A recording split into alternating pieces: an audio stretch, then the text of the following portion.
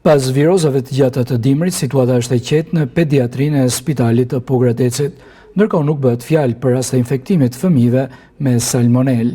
Nisur nga rasti i fëmijëve të kopshtit të Gramshit, ku u evidentua prezenca e saj, nuk mund të thuhet përhapja në Pogradec. Mjeku pediatër Bexhetlit Shkollari sqaron këtë situatë.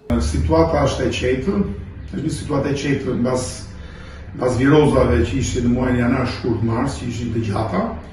Sot është situatë e qetë epidemiologjike, ka një konstante të fëmijëve që janë gjithmonë rreth 40 fëmijë në 24 orë me infeksione të rrugës sipërme respiratore, me tonsilite, laringite, me shregullime gastrointestinale, me dhimbje barku, të vjella, e që e barku, por që origjina është virusale.